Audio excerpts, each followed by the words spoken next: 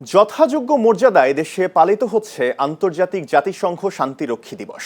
প্রতিবছর ২৯শে মে দিবসটি উদযাপিত হলেও ঈদুল আজহার ছুটির কারণে এবার বাংলাদেশে ১০ জুন পালন করা হচ্ছে। এই উপলক্ষে ঢাকা সেনানিবাসের সেনাকুঞ্জে আয়োজিত অনুষ্ঠানে জাতিসংঘ শান্তিরক্ষা মিশনে দায়িত্ব পালনকালে শাহাদাত বরণকারী বাংলাদেশি শান্তিরক্ষীদের পরিবারের সদস্যদের সম্মাননা প্রদান করেন প্রধানমন্ত্রী তারেক রহমান। এ সময় তিনি বলেন, সংঘাত, সহিংসতা ও মানবিক সংকটে আক্রান্ত বিশ্বের বিভিন্ন অঞ্চলে শান্তি, নিরাপত্তা ও স্থিতিশীলতা প্রতিষ্ঠায় বাংলাদেশি শান্তিরক্ষীরা সাহস, ধৈর্য ও পেশাদারিত্বের সঙ্গে দায়িত্ব পালন করে যাচ্ছেন। তিনি দেশের সশস্ত্র বাহিনীর ঐক্য বিনষ্টের নানা অপচেষ্টার কথাও উল্লেখ করে এ ধরনের ষড়যন্ত্র মোকাবিলায় সবাইকে সতর্ক ও সজাগ থাকার আহ্বান জানান। প্রধানমন্ত্রী বলেন, জাতিসংঘ শান্তিরক্ষা কার্যক্রমে বাংলাদেশের অবদান বিশ্বব্যাপী প্রশংসিত এবং দেশের জন্য গর্বের বিষয়।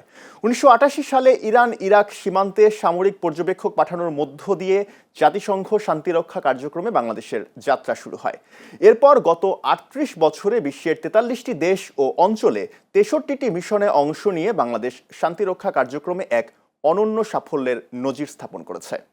যারা সশস্ত্র বাহিনীর দায়িত্ব পালন করছেন অথবা সরকারি কিংবা প্রশাসনে, জনপ্রশাসনে বিভিন্ন জায়গায় দায়িত্ব পালন করছেন, আমরা সবাই বাংলাদেশের নাগরিক।